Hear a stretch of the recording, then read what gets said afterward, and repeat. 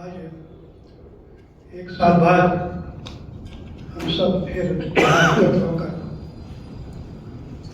ऋषि जी को याद कर रहे हैं। उनके रंग कर्म जो विषय रखा है उनका, ऋषि जी और उनका रंग कर्म। जैसा राजेश ने शुरू में कहा, कई बार जब मैं अखबार के दफ्तर में काम करता था और साहित्यिक पृष्ठ देखता था, सांस्कृतिक पृष्ठ देखा करता था, रुचि मेरी शुरू से रही है। खुद रंग कर्म से जुड़ा रहा, बहुत सारे नाटक लिखे, नुक्कड़ नाटक लिखे और उनके नाटकों को बहुत चाव से मैं देखा करता था, चाहे और द्रोणाचार्य हो, ताम्रपत्र हो या और भी दूसरे हो। तो जो ओवरऑल जो उनका निचोड़ रंग कर्म के रूप में आता था वो मुझे अभिभूत करता था। हम रायपुर को हबीब तनवीर के नाम से जानते रहे। हमारे बीच राजकमल बैठे हैं, मिनहाज मगर हैं, अनिल काले जी हैं, शशि जी हैं। ये सारे लोग अपने अपने स्तर पे रंग कर्म को समृद्ध करते रहे।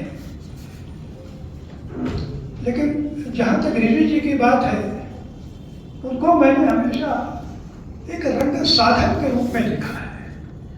वो जब भी मैंने उनको देखा, उनमें जो युवा उनके तेवर, हम सब के बीच में 81 साल के बाद वो गए, लेकिन जब भी मैंने देखा उनके हृदय में एक युवापन मैंने हमेशा पाया है।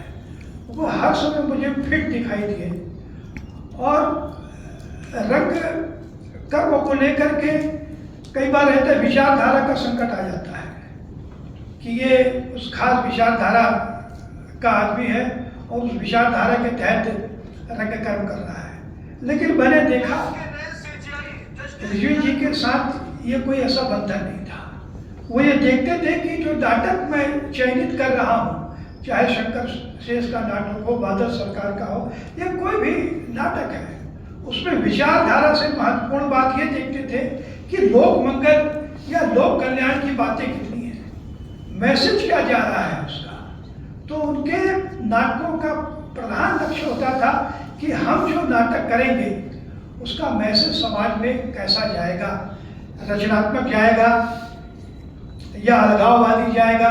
कई बार ऐसे थिएटर भी हम देखते हैं राष्ट्रीय स्तर पर जिसको देख करके आपको लगता है कि अगर थिएटर ना हो तो बेहतर है। ये नाटक के नाम पर मंच पर किस तरह की चीजें हो रही हैं, पूर्णता का पर्याय भी रंग कर्म बनता जा रहा है। ऐसे समय में ऋषि जी एक नैतिक रंग कर्म को लेकर के उपस्थित होते रहे और जो भी नाटक वो उठाते थे उसमें पूरी गहराई के साथ जुड़ जाते थे। व्यंग्य तो उसकी अंतर्धारा में होता था। क्योंकि मैं व्यंग्य का विद्यार्थी हूँ और मैंने बहुत सारे नाटक लिखे हैं जिसमें व्यंग्य भी मुख्य रूप से आता है। लेकिन चाहे वो एक और द्रोणाचार्य हो, ताम्रपत्र हो, उसकी अंतर्धारा व्यंग्य की रहती है। व्यंग्य एक ऐसी चीज है जिसके माध्यम से नाटक की प्रभावशीलता, नाटक का प्रभाव बहुत गहरा पड़ता है, नाटक सशक्त हो जाता है। इनके जितने भी नाटक मैंने देखे, यहाँ पर भी अगर गांधी के पोस्टर लगे हुए हैं, ज्यादातर नाटक की अंतर्धारा व्यंग्य ही रही है। अगर कोमल गांधार को भी हम देखते हैं तो उसकी अंतर वस्तु को अगर पकड़ने की कोशिश करें तो उसमें भी व्यंग्य हमें दिखाई देता है। एक स्त्री का संघर्ष और सत्ता का संघर्ष, वो सारी चीजें शंकर से इसने बड़ी बारीक बनावट उसकी की है।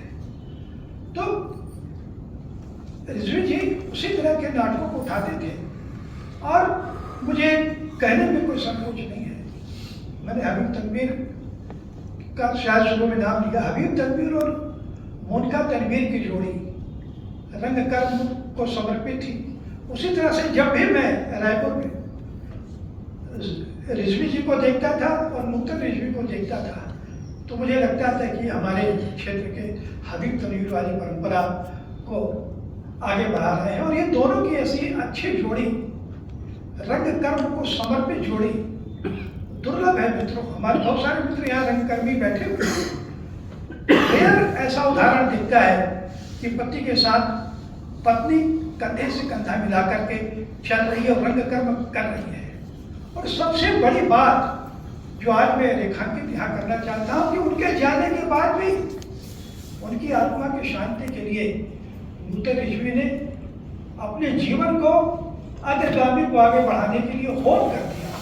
आज भी वो रंग कर्म कर रही है, शारीरिक दृष्टि दूसरा से भले सक्षम हो, लेकिन हृदय उनका इतना मजबूत है। आत्मा में रंग कर्म रिजवी जी के कारण ऐसा बैठा हुआ है कि आज भी वो कोमल गांधार में गांधारी का रोल करती हैं।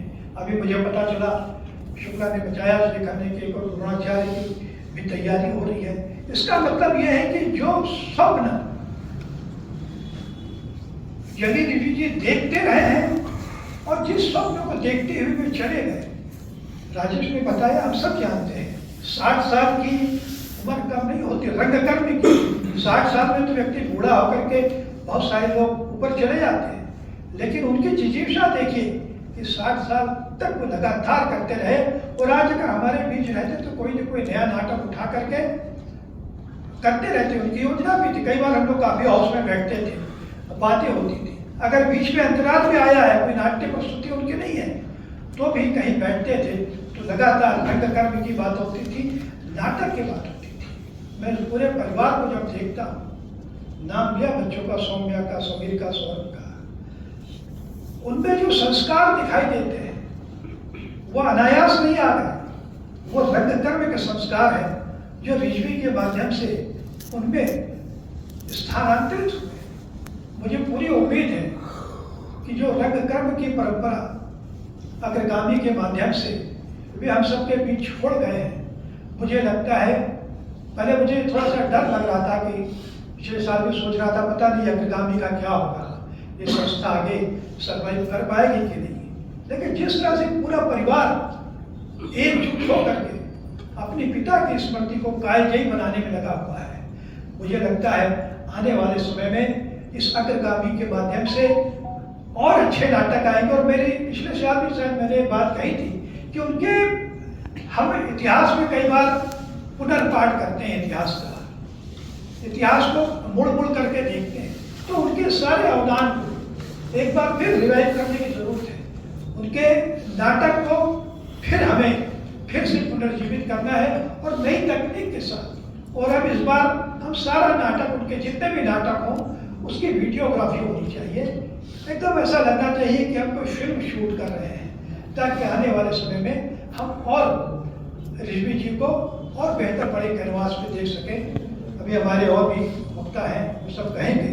फिलहाल मैं उनको भावभीनी श्रद्धांजलि देता हूँ। और उनके रंग कर्म के बारे में, जैसा मैंने शुरू में कहा कि वो विचारधाराओं से परे होकर के रंग कर्म के नाटक के कंटेंट को देख करके उसको चूज करते थे। और इसी कारण, जैसे राजेश ने कहा, तो मुझे बैठे बैठे याद आया कि उनकी अंतरधारा में व्यंग रहता था। और मेरा अपना मानना है कि चाहे हबीब तनवीर हो, राजकुमार या कोई भी है, उनके नाटक का केंद्र तत्व व्यंग रहता है। और व्यंग हमेशा शुरू से लेकर आज तक नाटक की प्रभावशाली विधा रही है। धन्यवाद। भाई राजेश, यहाँ पर बैठे अधिकांश जो भी कलाकार हैं वो इस बात से आश्चर्यचकित निश्चित होंगे कि मेरे बारे में कहा गया कि मैं एक रंगमंच से जुड़ा हुआ बहुत बड़ा कलाकार हूँ। ऐसा कुछ भी नहीं है। एक मुख्तसर सी वजह है मेरे झुककर मिलने की। मैं मिट्टी का बना हूँ, गुरूर मुझ पे जमता नहीं। ये पंक्तियां शायद शायर ने भाई जलील रिजवी के लिए ही लिखी थी। मैंने उनके व्यक्तित्व को ऐसा ही कुछ देखा। नाटक में उनकी आत्मा बसती थी, और नाटक के बिना वो कुछ सोच भी पाते होंगे। नूतन भाभी शायद इस बात से इत्तेफाक रखती होंगी कि उसके परे शायद ही कुछ सोचते होंगे। वो नाटक को जीते थे। और इस बात का सशक्त प्रमाण यह है कि अंतिम समय तक वो नाटक करते रहे, नाटक की रिहर्सल करते रहे। और एक ऐसी शख्सियत के साथ में अब ऐसे समय पर जब हम श्रद्धांजलि दे रहे हैं तो निश्चित तौर पर कुछ अच्छी बातों को ही स्मरण किया जाता है। मगर एक बात मैं पुख्ता तौर पर कहना चाहूंगा कि भाई जलील रिजवी ने मुझे गुंडा बना दिया। नूतन भाभी भी इससे इत्तेफाक रखेंगे।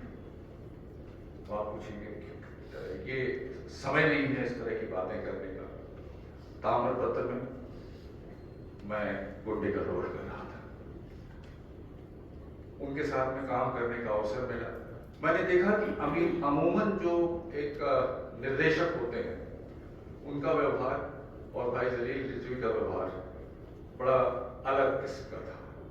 वो मित्रवत ही व्यवहार करते थे और उनके साथ में काम करना एक सुखद अनुभव रहा ताम्रपत्र। और मैं आपको निश्चित तौर पर कहना चाहूँगा कि वह नाटक उन्होंने महाराष्ट्र नाट्य मंडल के लिए किया। हमारे स्वर्गीय जोगड़ेकर सर सीनियर, उनके विशेष आग्रह पर, तो आदमी कितना सीधा सच्चा और सरल हो सकता है बड़े एक छोटे से निमंत्रण पर और बड़े छोटे समय में उन्होंने हामी भरी, क्योंकि उनका कुल समर्पण जो था वो नाटकों के लिए था। और वह रंगमंच, जैसा कि अभी कहा भी गया, कि वो ये नहीं देखते थे कि मैं कहाँ हूँ, क्या कर रहा हूँ, किसके लिए कर रहा हूँ। मैं नाटक कर रहा हूँ, कलाकारों को आगे ला रहा हूँ, इसके लिए वो हमेशा अपने आप को प्रस्तुत करते थे। और उनके अनेक नाटक मुझे देखने का निश्चित तौर पर अवसर मिला। एक सफल, सक्षम और बहुत सीधे सच्चे निर्देशक के रूप में हमेशा मैंने जाना। अभी हम लोग देख भी रहे थे किस तरह से वो हर किरदार के लिए मेहनत करते नजर आते हैं, हर किरदार को वो जीतते हैं, उसके साथ में नाटक को आगे बढ़ाते हैं। तो आज मुझे बड़ा फख्र है कि उनके साथ मुझे काम करने का मौका मिला, उनके नाटकों को देखने का, उनके जो नाट्य मंचन होते हैं उन्हें देखने का मौका मिला।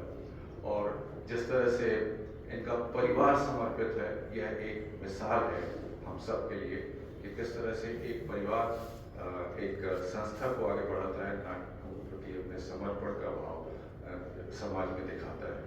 मैं शुभकामनाएं देता हूँ अग्रगामी को और विनम्र श्रद्धांजलि अर्पित करता हूँ भाई जलील रिजवी को। हम लोग के लिए बड़े भाई भी थे, गुरु भी थे और सब रंगकर्म का शुरुआत हम लोगों ने सारी चीज़ों की उनके साथ ही की। पर ये शुरुआत में ही हम लोग थिएटर क्या है ये समझा जाना, तो जलील भाई और मिर्जा साहब भी थे। ये पिलर्स थे रायपुर के रंगमंच के।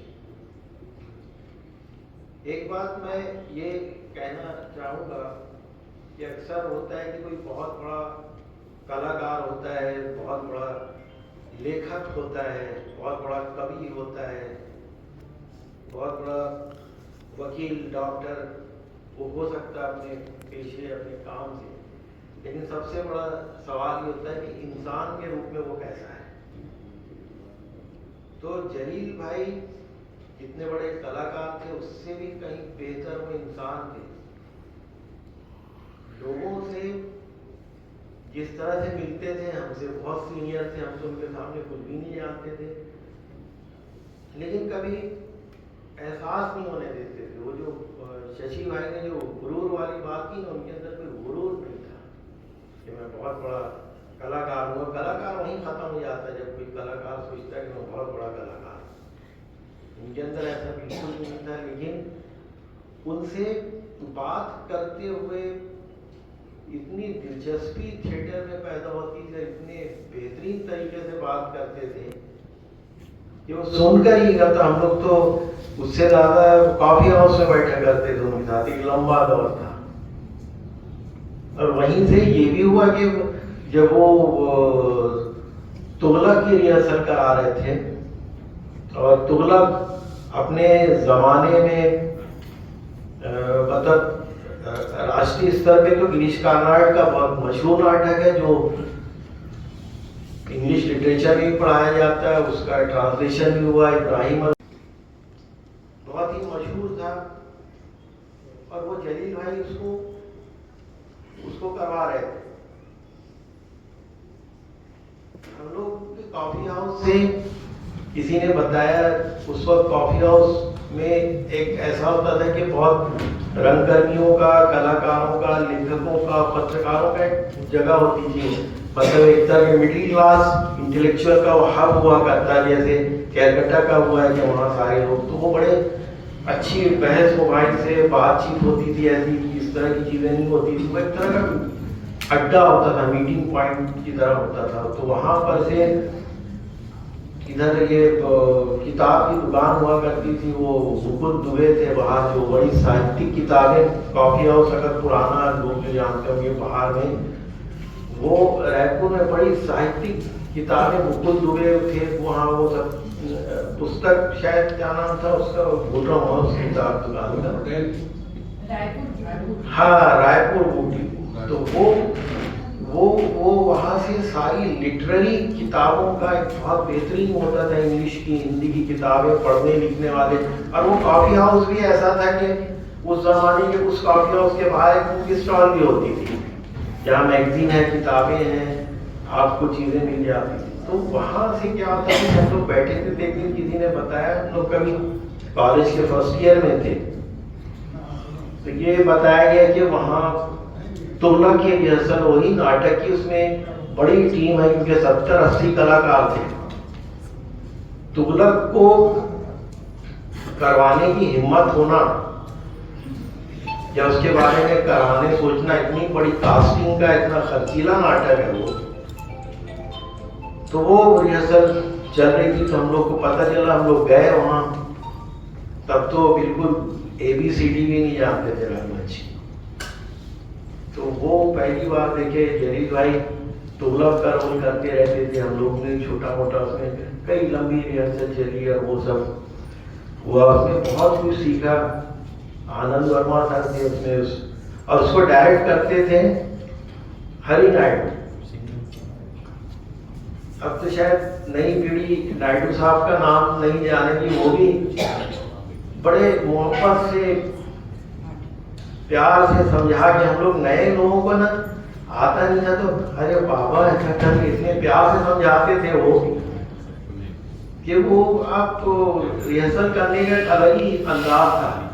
और पुराना जो जलील भाई के साथ सबसे बड़ी इन लोगों के साथ जो अच्छी चीज थी, एक एक्टिंग की जो टेक्निक होती है, ये पुराने लोगों के पास थी। हम लोग नए लोगों के पास जो एक्टिंग का जो हुनर है, वो कैसी, वो नेचुरल वो समझते थे कैसे एक्टिंग करना है, वो अपने आप में एक स्कूल होते थे।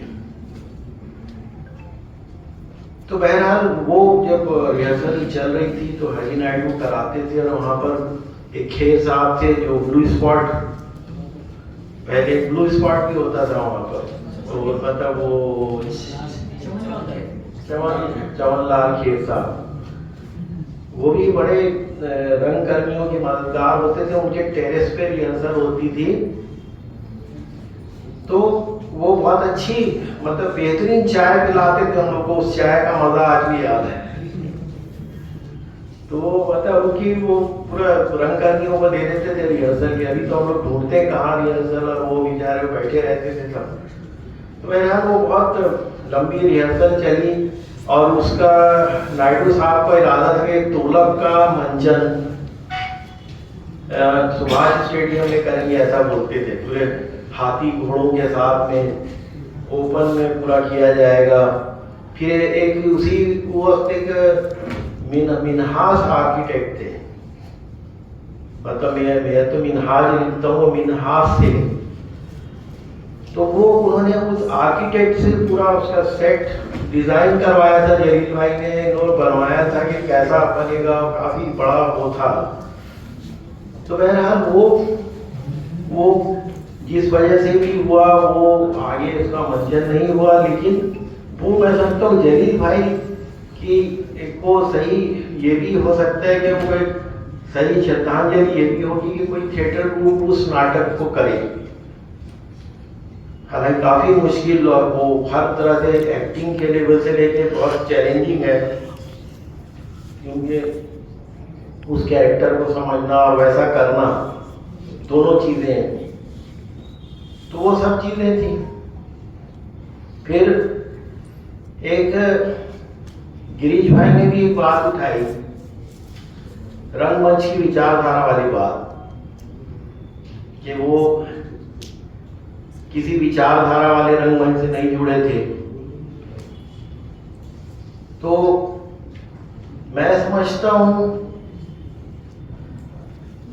रंगमंच की अपनी एक विचारधारा होती है। उस वक्त जितने भी नाटक जो लिखे गए, ऐसा नहीं है कि तुगलक की कोई विचारधारा नहीं थी, या शंकर शेष जो नाटक लिखते थे उसमें कोई विचारधारा नहीं थी, ताम्रपत्र में कोई विचारधारा नहीं थी, या एक और द्रोणाचार्य में कोई विचारधारा नहीं थी, ऐसा नहीं।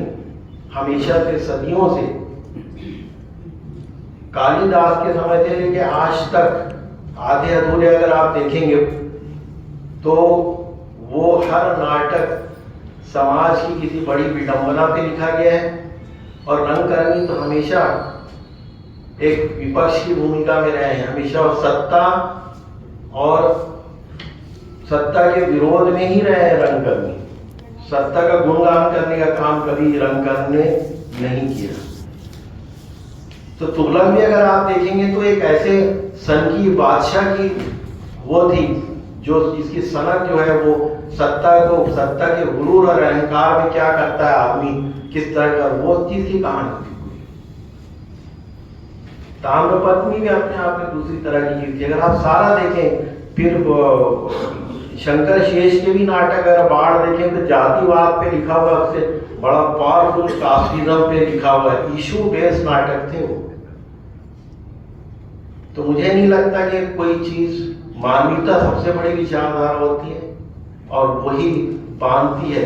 रंगकर्म लेके एक बार बंसी कौल ने भी ये बात कही थी कि रंगकर्म, इनका जो रिश्ता होता है रंगकर्मियों का, वो सबसे बड़ा रिश्ता होता है। मतलब आपके भाई बहन दोस्त से ज्यादा रंगकर्मी जो जुड़े रहते हैं ना, उसकी अपनी एक मजबूत रिश्तेदारी होती है। तो ये लगाव, उनकी रंग ललक, ये उनमें निरंतर बनी रही।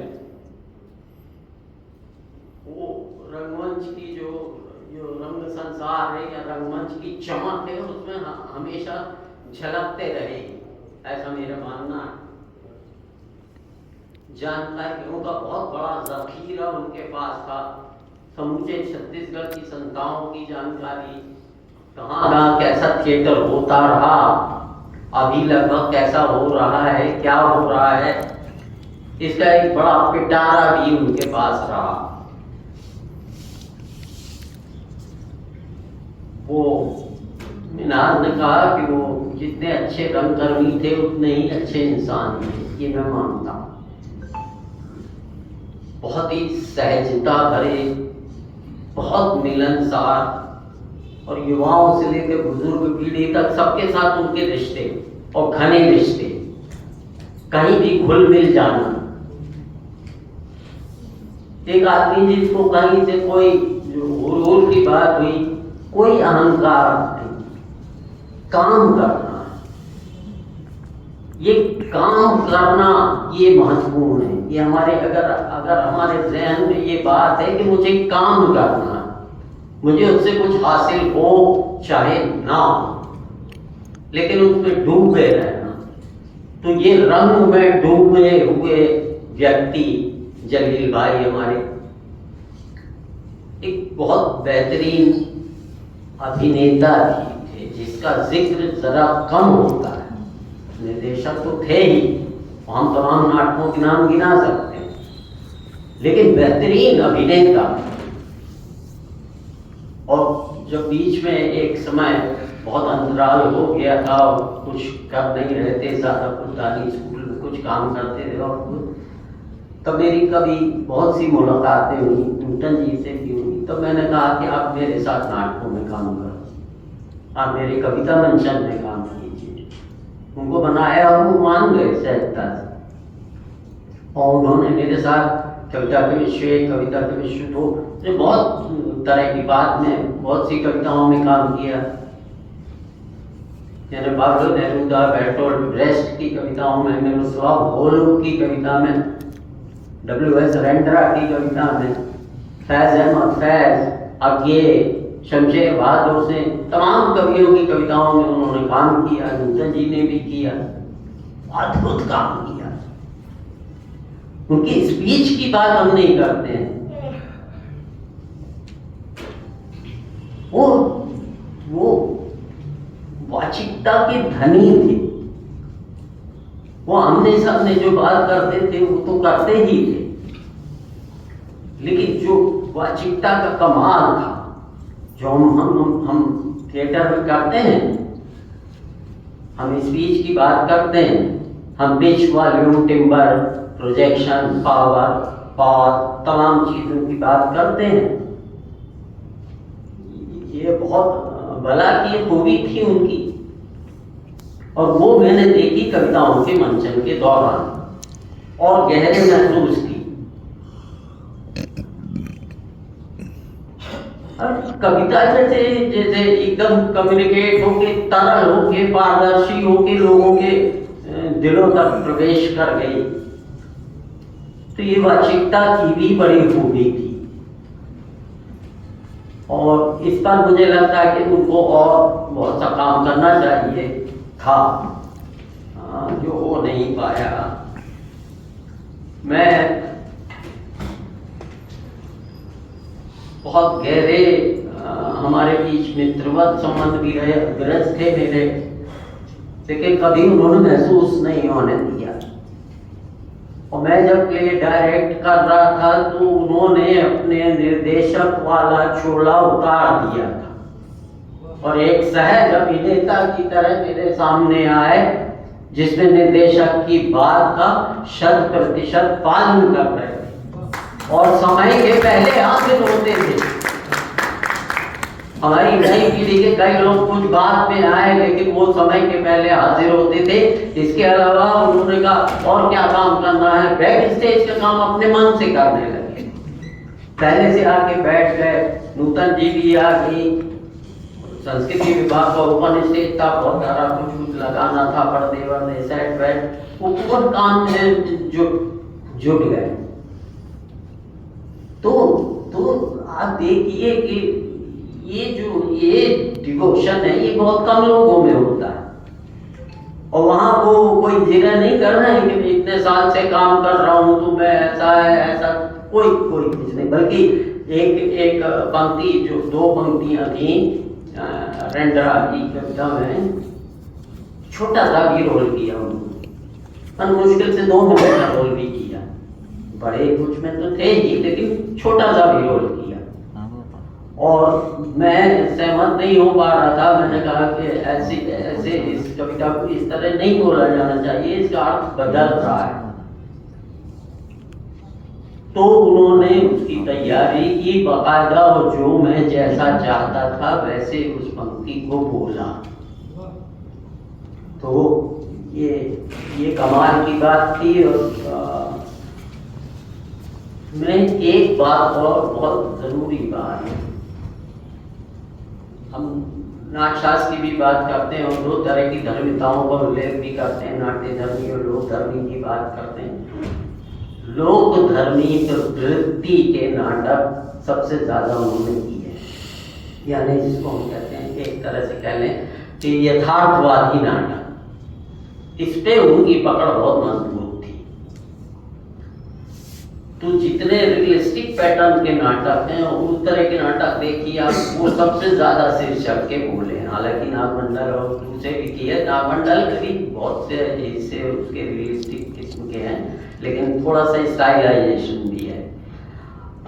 लेकिन अधिकांश यथार्थवादी नाटक उन्होंने अद्भुत किए हैं और उस पर काम भी बहुत किया है, मेहनत बहुत की है। प्रशिक्षण का उनका तौर तरीका बहुत सरलता और सहजता भरा था, जैसी की बातचीत हुई है। शमशेर बहादुर से हमारे दौर के महान कवि रहे। उनकी एक पंक्ति है कि बात बोलेगी हम नहीं, भेद खोलेगी बात ही। हालांकि संदर्भ उसका भी दूसरा है, लेकिन ये भेद ये खोलती रहती है बात।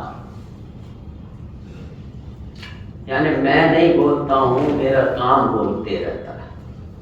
और ये काम अभी तक अगर बोल रहा है कि हम उन नाटकों को आज भी याद कर पा रहे हैं, अगर हम 30 बरस पहले 40 बरस पहले के नाटक को भी याद कर पा रहे हैं, तो काम में कोई न कोई बात तो होगी कि वो आज भी वो बोलता है, वो काम बोलता है। तो ये रंग काम है, और रंग काम कला का जादू कहते हैं कि थोड़ा सिर चढ़ के बोलता है। और कला तो इसलिए भी जरूरी है कि मनुष्य दुनिया को समझ सके और बदल सके। जलील भाई हमारे साथ हैं, रहेंगे हमेशा, जैसे हीरा सदा के लिए इस तरह। नमस्कार। थोड़े ध्यान देना, मंत्रमुग्ध हो गए, कैसे उनकी बातें सुन रहे थे और मुझको बड़ी परेशानी हो रही थी कि मेरा मौका है तो कोई सुनेगा ही नहीं। मैंने कहा ये अच्छा है, सुनवा देते हैं जबरदस्त। एनीवेज, जो का पार्ट जलील रिजवी एक मल्टी डायमेंशनल व्यक्ति, बहुआयामी व्यक्तित्व कह सकते हैं। मेरा दोस्त था, इसलिए मैं उसको अरे साले के भाषा में बात करता था, वो भी मेरे से ऐसी बात करता था। वो कोई मुझे आदरणीय श्रद्धेय वगैरह नहीं कहता था, तो जानती है। तो उस व्यक्ति के साथ अनेक अवसर रंगकर्म के संबंध में आते रहे। महाराष्ट्र मंडल से मैं जुड़ा रहा हूँ, इसलिए वहां पर भी जलील का आना, मेरे प्लेस में शिरकत करना, सलाह मशवरा करना, ये होता रहा है। मूल रूप में जब कभी चर्चा होती थी तो आहार निद्रा भय मैथुनस्य, ये 4 क्रियाएं चौपाया करता है। आई विल रिपीट, आहार निद्रा भय मैथुनस्य, ये 4 क्रियाएं चौपाया करता है। तो चौपाया में दोपाया में अंतर क्या है? सारी वो क्रियाएं दोपाया भी करता है, नहीं, लेकिन बुद्धि का अंतर है। और बुद्धि का अंतर जो है वो उसको हंसने और रोने पर विवश कर देता है। तो हंसने और रोने की क्षमता दोपाय में आ गई, जो चौपाई में नहीं थी। और इसका भरपूर प्रयोग और उसका उपयोग रंगकर्मी करते रहे। रंगकर्मी, सॉरी, मुझे क्षमा करना, रंगकर्मी शब्द मुझे बिल्कुल पसंद नहीं है। रंग साधक, रंगकर्मी मतलब कोई कुकर्मी टाइप का लगता है। कला, ये कला है ना, अगर नाटक एक कला है तो इस कला की साधना ही हो सकती है। ताउम्र निकल जाएंगे, लेकिन आप केवल साधना ही करते रहेंगे, इसलिए आप साधक हैं। चाहे वो नृत्य कला हो, चाहे गायन कला हो, चाहे नाट्य कला, कला है, वहां साधना है। और साधना है मतलब साधक है आप, अंतिम क्षण कभी नहीं है इसमें। तो इस रेफरेंस पर बात करें तो जलील रिजवी एक बहुत बड़ा रंग साधक था, लेकिन रंग साधक के साथ साथ वो सीधा सच्चा इंसान था, डाउन टू अर्थ कहते हैं इसको, उस टाइप का वो व्यक्ति था। और कहानियां गढ़ना, सुनना, सुनाना उसके बाएं हाथ का खेल था। नाटकों पर चर्चा आराम से हो जाती थी। शंकर शेष का विशेष भक्त था। शंकर शेष हमारे मित्रों में से रहे हैं। तो अभी 2 मिनट पहले चर्चा हुई थी विचारों को लेकर भी लिखे गए नाटकों के। तो शंकर शेष के विचारों में भी विनाश, शंकर शेष के नाटकों में तुमने जो कहा, तो पोस्टर अगर याद करो तो पोस्टर एंटायरली डिफरेंट चीज थी। पोस्टर रायपुर में हिंदी में पोस्टर कर नहीं पाए, लेकिन उसका रंजन नार्वेकर नागपुर में उसने मराठी में अनुवाद किया था, अस्मिता। उसका डायरेक्शन करने का मुझे सौभाग्य मिला था, नागपुर जाकर किया था, और वो महाराष्ट्र राज्य नाट्य स्पर्धा में प्रथम आया था। लेकिन वो भी काम करने के पहले यहाँ पर जलील से चर्चा हो चुकी थी मेरी, यहाँ पर चर्चा होती रहती थी किसको किस प्रकार से प्रोड्यूस किया जाए, ये प्रसंगों को कैसे काम में लाया जाए। हमारा तो एकदम जलील के हाथ में बिल्कुल महारथी था। वो छोटे छोटे प्रसंगों को, छोटे छोटे सीन को दर्शकों तक कैसे पहुंचाया जाए, ये अच्छी तरह जानता। एक नाटक अभिराम भड़कमकर नाम के लेखक है महाराष्ट्र के, उन्होंने लिखा था जैसा तैसा प्रश्न, उसको मैंने हिंदी में अनुवाद किया। ख्याल अपना अपना, उसका मंचन तो नहीं कर पाया, लेकिन उसका वाचन, पाठ, नाट्य पाठ कहते हैं, ऐसा मैंने महाराष्ट्र मंडल के पुराने हॉल के स्टेज पर किया, और उसको थोड़ा सा मंचन की स्टाइल दिया, स्पॉट लगा के रखे आदमी अपना अपना कैरेक्टर पढ़ रहा है, लेकिन उस पर स्पॉट है मतलब वो कैरेक्टर बोल रहा है, बाकी अधेड़। इस प्रकार से क्या था, जो लिखो जी ने उसको नाटक का वाचन मंचन ऐसे शब्द कहा, उसको देखने के लिए आई फील कि अभी भी तो याद कर रखेगी उस नाटक को। दोनों बैठे थे, नाटक पूरा पठन हो गया, वाचन हो गया, उसके बाद में जेली ने एक ही वाक्य कहा, यार क्या गजब की कंसेप्ट लेकर के नाटक लिखा गया है, और ऐसे विचार और ऐसे कंसेप्ट केवल मराठी नाटकों में पाई जा सकती है। This was the impression he carried. तो ये मेरे कहने का मतलब ये है, वो एकदम किसी भी नाटक में अंतर तक घुस जाता था, वो किसी भी भाषा का नाटक हो, उससे कुछ सरोकार नहीं।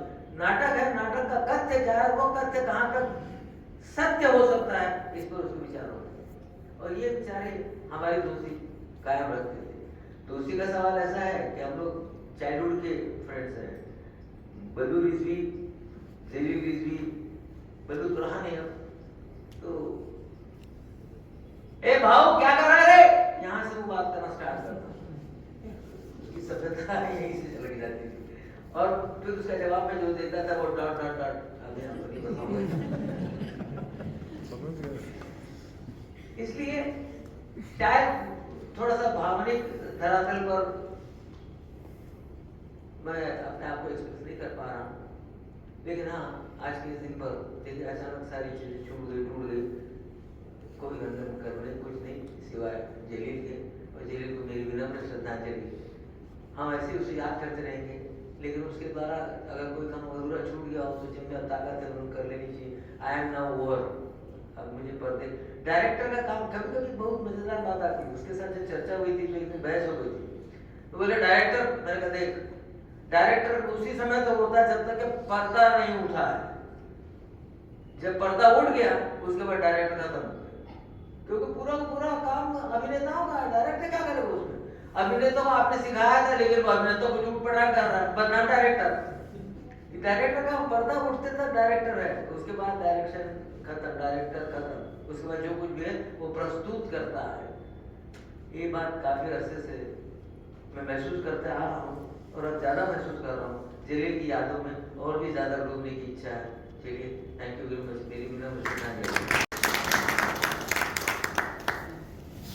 एक अनुरोध आया है, श्री शौकत इकबाल हमारे साथ हैं सभागार में, वो कुछ अपनी बात कहना चाह रहे हैं, तो मैं उनसे अनुरोध करता हूं कि शौकत इकबाल जी आ जाए। जो आज आपको दूंगा शायद बहुत